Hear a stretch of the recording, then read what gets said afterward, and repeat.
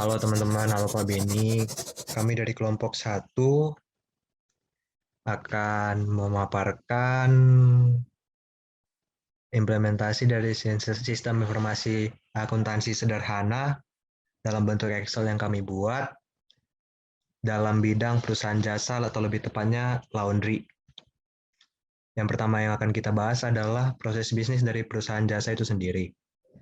Nah, dalam perusahaan jasa laundry ini ada 3 pemain penting atau 3 pemain utama, yaitu yang pertama pelanggan, yang kedua bagian administrasi, dan yang ketiga adalah pemilik. Ketiga pemain penting ini akan dihubungkan oleh sistem informasi akuntansi laundry dalam setiap aktivitasnya. Kita mulai dari pelanggan. Yang pertama-tama pelanggan akan menyampaikan pesanannya kepada bagian administrasi, yaitu menyampaikan jumlah pakaian kotor dan lain sebagainya. Nah, bagian administrasi akan memproses dan menginput data pemesanan laundry tersebut ke dalam sistem informasi laundry. Setelah cucian atau laundry tersebut selesai, sistem informasi laundry akan memberikan nota bayar atau bukti bayar kepada pelanggan sebagai bentuk feedback atas sudah selesainya tanggung jawab atau jasa dari perusahaan laundry tersebut. Nah, berikutnya setelah selesai semua aktivitas kegiatan jasa laundry tersebut, sistem informasi akuntansi laundry akan memberikan laporan usaha kepada pemilik laundry. Nah, laporan usaha ini akan ditanggapi atau diberi saran dan kritikan melalui umpan balik ke sistem informasi akuntansi laundry ini. Selain tentang aktivitas sehari-hari laundry, yaitu pemesanan dan lain sebagainya, sistem informasi laundry ini juga sangat berguna untuk mencatat dan memproses segala jenis data pembelian dan pengeluaran yang akan disampaikan oleh bagian administrasi. Data pembelian ini misalnya pembelian kebutuhan sehari-hari dan supplies untuk pelaksanaan kegiatan jasa laundry, misalnya deterjen ataupun pewangi pakaian. Sedangkan untuk data pengeluaran adalah pengeluaran sehari-hari laundry yang berhubungan dengan keberjalanan kegiatan sehari-hari perusahaan jasa laundry itu, seperti air, listrik, ataupun sewa tempat. Baik, selanjutnya COA. COA atau Chart of Account atau dalam bahasa Indonesianya biasa disebut bagian akun standar, merupakan suatu daftar kodifikasi dan klasifikasi terkait transaksi keuangan yang disusun dan digunakan secara sistematis sebagai pedoman dalam perencanaan, penganggaran, pelaksanaan anggaran, dan pelaporan keuangan. Bagian akun standar ini berisi daftar dari akun-akun yang digunakan untuk menerjemahkan suatu transaksi ke dalam bentuk jurnal. Dan terkhusus di bagian akun standar ini berisi akun-akun yang digunakan untuk perusahaan jasa laundry untuk mencatat transaksinya. Di sini dapat kita lihat kode akun. Kode akun digunakan untuk mengklasifikasi jenis dari sebuah akun. Di sini dapat dilihat kode akun yang angka ratusannya bernilai 1 mengartikan bahwa akun tersebut termasuk aset. Angka ratusan bernilai 2 mengartikan bahwa akun tersebut termasuk kelompok kewajiban atau liabilitas. Dan angka ratusan bernilai 3 mengartikan bahwa akun tersebut termasuk kelompok ekuitas. Khusus untuk akun kelompok aset ada sebagiannya lagi, yakni angka puluhan bernilai 1 mengartikan bahwa akun tersebut merupakan kelompok aset lancar. Lalu angka puluhan bernilai 2 mengartikan bahwa akun tersebut merupakan kelompok aset tetap. Selanjutnya, ada saldo normal. Saldo normal dari sebuah akun merupakan suatu ketetapan yang pasti atau umum dalam akuntansi terkait dengan posisi dari akun atau rekening yang menjadi prinsip double entry. Contohnya itu untuk utang perusahaan. Nah, di situ kan tertera bahwa saldo normalnya itu dikredit. Jadi, untuk transaksi umum, posisi akun tersebut saat di jurnal akan selalu ada atau wajarnya, atau umumnya akan ada di posisi kredit. Dan begitu pula untuk saldo normal dari akun-akun lainnya. Selanjutnya, ada bagian keterangan.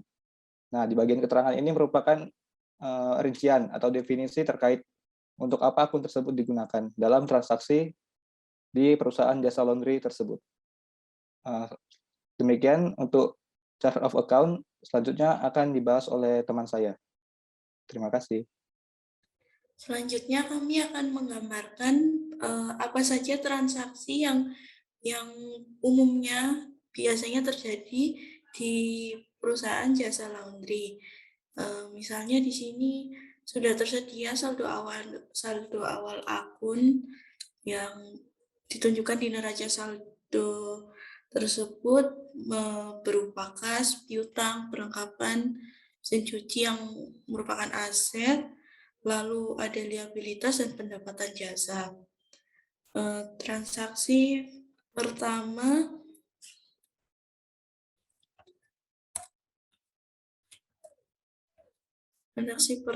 yaitu menambah investasi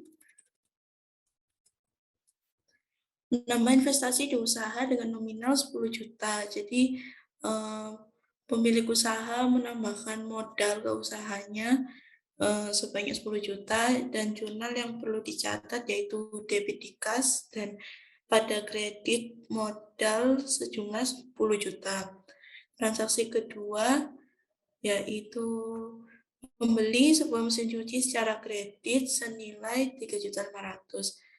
Jurnal yang perlu dicatat yaitu debit pada mesin cuci, yaitu yang nanti akan menambah aset pada kredit utang usaha sebesar nilai dari mesin cucinya tadi yaitu 3.500.000. Membayar transaksi ketiga yaitu membayar tunai sewa tempat untuk bulan Juli 2021 sebesar 2.500.000. Ya, karena sebagian besar usaha laundry butuh tempat untuk melaksanakan operasinya, jadi untuk membayar sewanya itu dicatat jurnal debit beban sewa pada kredit kas jika pembayarannya langsung dengan kas atau secara tunai sebesar 2.500.000. Transaksi keempat yaitu mendapat imbalan atas jasa laundry pada pelanggan yang dicatat sebagai piutang sebesar 159.000. Jurnal yang perlu dicatat yaitu debit piutang pada kredit pendapatan jasa sebesar 159.000. Transaksi ini sama seperti transaksi pendapatan pada transaksi nomor 7. Yang berbeda adalah bagaimana cara pelanggan melunasi jasa yang sudah diberikan.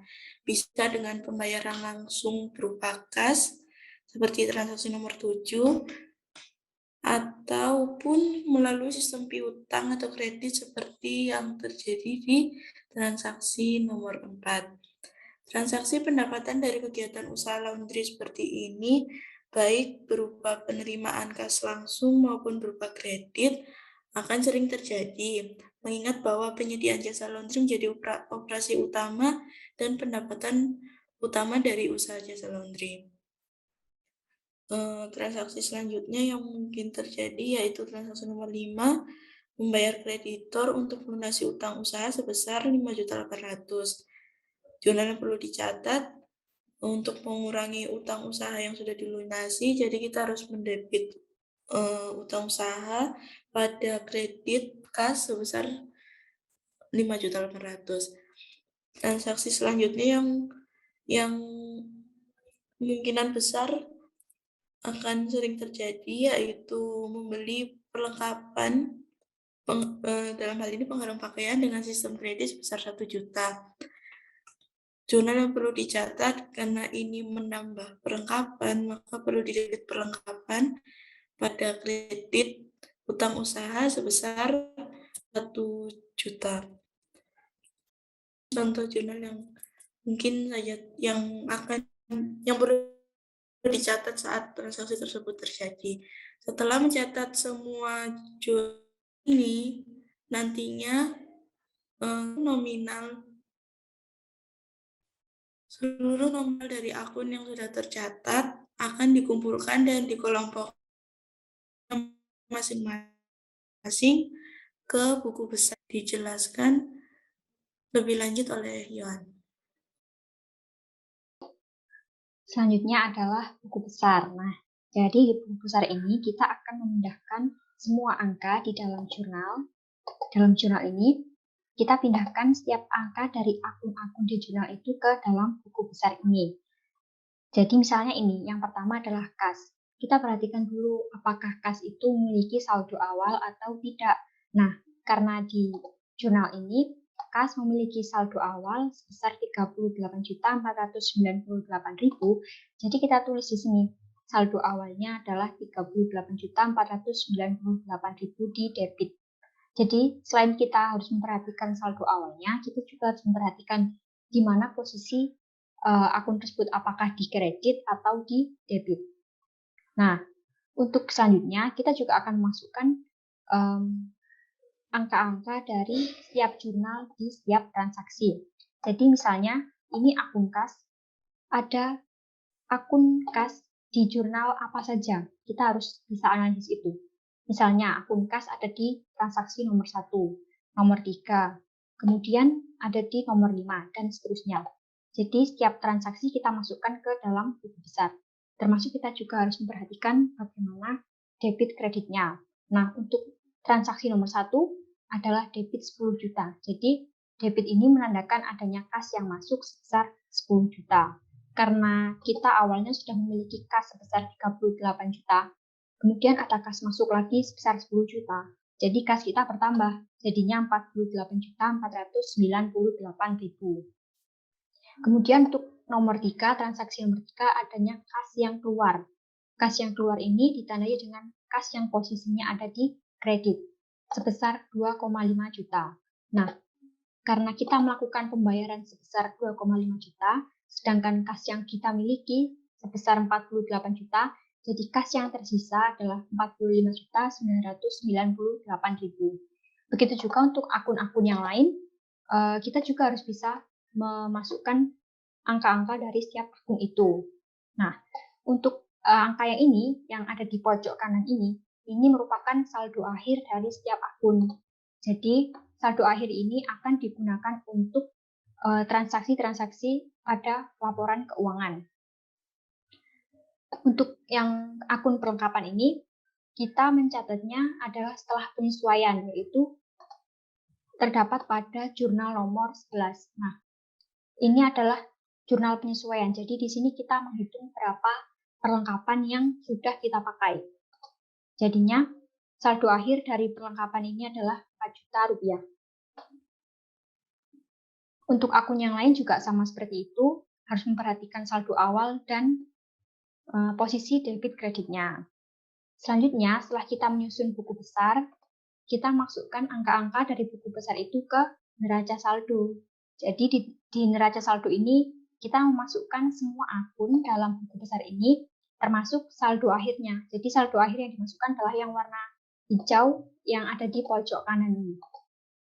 Kemudian, untuk memastikan bahwa perhitungan kita benar, perhitungan di akhir adalah jumlah antara debit dan kreditnya adalah sama.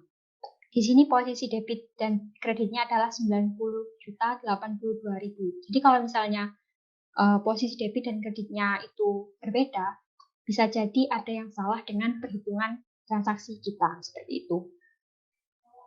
Selanjutnya akan dijelaskan oleh teman saya. Nah, selanjutnya setelah kita membuat neraca saldo, kita menyusun laporan keuangan. Laporan ini bisa sebagai bahan informasi untuk manajemen, pemilik, investor, maupun pemerintah untuk keperluan pajaknya. Yang pertama kita akan membahas laporan laba rugi. Nah, di laporan laba rugi ini bertujuan untuk menunjukkan performance atau kinerja keuangan perusahaan selama periode tertentu. Di sini ada akun pendapatan dan beban. Di akun pendapatan ini kita ambil saldonya dari sheet neraca saldo. Lalu yang di beban juga sama. Kita ambil dari sheet neraca saldo. Nah, lalu kita jumlahkan antara pendapatan dan beban. Kita bandingkan Hasilnya di sini tidak ada untung ataupun rugi karena jumlahnya sama. Nah, selanjutnya yang akan kita bahas adalah laporan perubahan modal.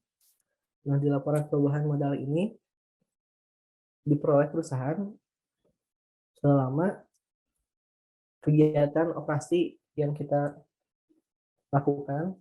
Apabila modalnya bertambah, maka kita akan memperhitungkan itu. Di sini yang pertama kita memasukkan dulu modal yang awal periode. Lalu kita masukkan perubahan modal selama periode berjalan yang kita ambil saldonya ini dari buku besar untuk tambahan investasi oleh pemilik. Sedangkan tambahan dari laba bersih ini kita ambil dari jumlah yang tadi laporan laba rugi. Karena laporan laba jumlahnya kosong, maka hasilnya di sini nilai 10 juta tidak berubah. Prefnya juga kosong. Maka kenaikan ekuitas pemilik selama periode berjalan 10 juta. Kita jumlahkan lalu dengan modal awal periode hasilnya 42.500.000 rupiah. Nah, selanjutnya ada laporan posisi keuangan. Laporan posisi keuangan ini menunjukkan antara posisi aset, kewajiban, dan ekuitas di sebuah perusahaan. Di bagian aset ini, saldo-saldonya kita ambil dari sheet yang neraca saldo tadi, lalu kita jumlahkan semuanya dan memperoleh hasil 59.850.000 rupiah. Yang kewajiban juga sama, kita ambil saldonya dari sheet yang neraca saldo dan jumlahnya 17.350.000 rupiah. Sedangkan ekuitas ini kita ambil dari yang sheet laporan perubahan modal tadi. Jumlahnya 42.500.000 rupiah. Kita bandingkan antara jumlah aset dengan jumlah kewajiban dan ekuitas. Apabila jumlahnya sama, berarti perhitungannya kita ini sudah mungkin benar. Tapi apabila berbeda, itu berarti ada kesalahan di perhitungan yang sebelum-sebelumnya. Nah, yang terakhir ada laporan arus kas. Laporan arus kas ini berguna untuk menggambarkan jumlah kas yang diterima selama periode ini. Ini juga bisa berguna buat memprediksi arus kas di periode selanjutnya berdasarkan arus kas periode yang sekarang. Di sini ada 3 akun utamanya, yaitu ada arus kas dari aktivitas operasi, yang kedua ada arus kas dari aktivitas investasi, yang ketiga ada arus kas dari aktivitas pendanaan. Nah, yang dari arus kas dari aktivitas operasi ini ada kas diterima dari pelanggan. Kita ambil jumlahnya saldonya dari jurnal-jurnal tadi, dikurangi dengan pembayaran kas untuk beban operasional. Kita dapat hasilnya yaitu 15.209.000 rupiah. Ini karena minus berarti kita rugi lebih banyak beban daripada kas yang diterimanya. Lalu untuk yang kedua arus kas dari aktivitas investasi ini, karena kita tadi waktu pembelian mesin cuci tidak langsung mengeluarkan kas tapi melakukan utang terlebih dahulu, maka di sini saldonya 0. Selanjutnya ada arus kas dari aktivitas pendanaan. Yang pertama ada kas diterima dari pemilik sebagai investasi. Ini juga diambil dari saldo jurnalnya, lalu dikurangi dengan penarikan kas oleh pemilik. Ini bisa juga disebut price tadi karena nilainya 0, berarti hasilnya 10 juta.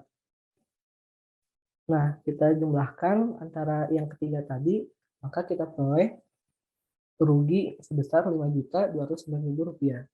Lalu kita jumlahkan dengan kas pada periode awal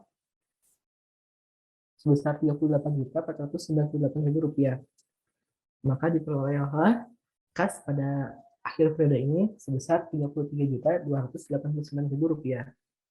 Sekian hasil penjelasan kami mengenai implementasi sederhana sistem akuntansi informasi mengenai usaha jasa laundry.